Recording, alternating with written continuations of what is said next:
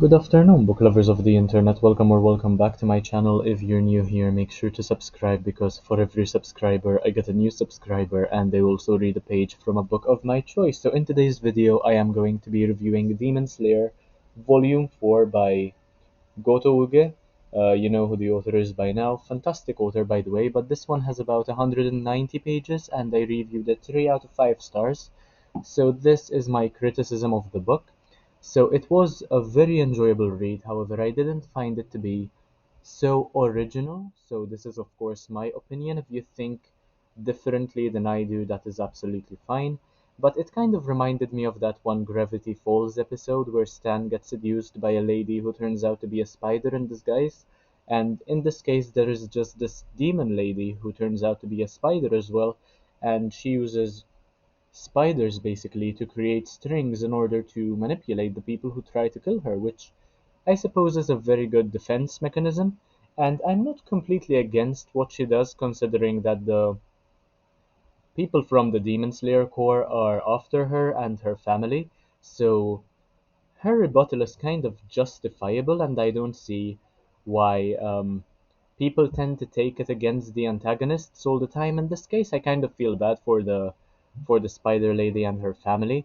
So I of course very much like the concept of puppets and marionettes in any context, and I think it is very um, creative if used properly, of course. And I saw this one in Naruto, I believe, with Sasori of the Red Sand.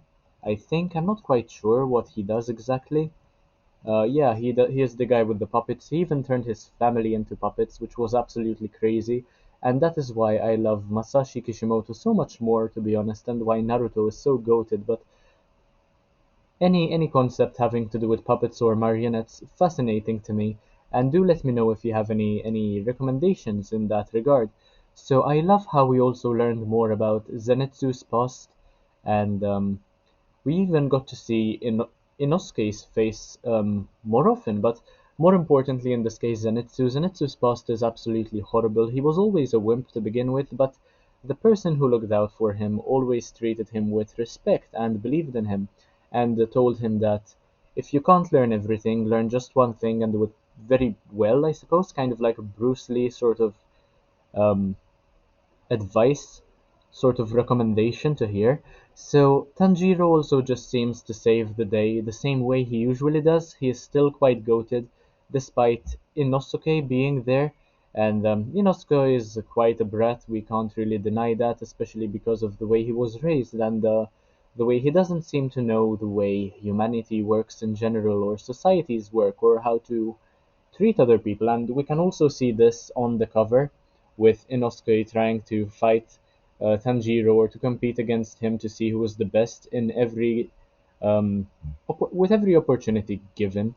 So Nezuko doesn't play much of a role in this one, despite Zenitsu, who has a crush on her, which is a very sweet thing to see, by the way, because we have Zenitsu, who is a regular human being with some powers as a demon slayer, and then we have Nezuko, who is a demon who hopefully will be returned to her original form very soon, though I'm not sure what is going to happen next. I have volumes 5 and 6, and I do look forward to checking out how this will progress. So, also, Inosuke poses Tanjiro an arguable amount of competition, so I look forward to seeing both of them become stronger and help each other out. Hopefully, Inosuke will become more of a mature person eventually and stop being so childish, such a brat, because he, of course, has a lot of potential. He is a very strong character, and it is his attitude that bothers me as a character. But that is it, I suppose. So I will be reading volumes 5 and 6 relatively soon, so make sure to stay tuned for those.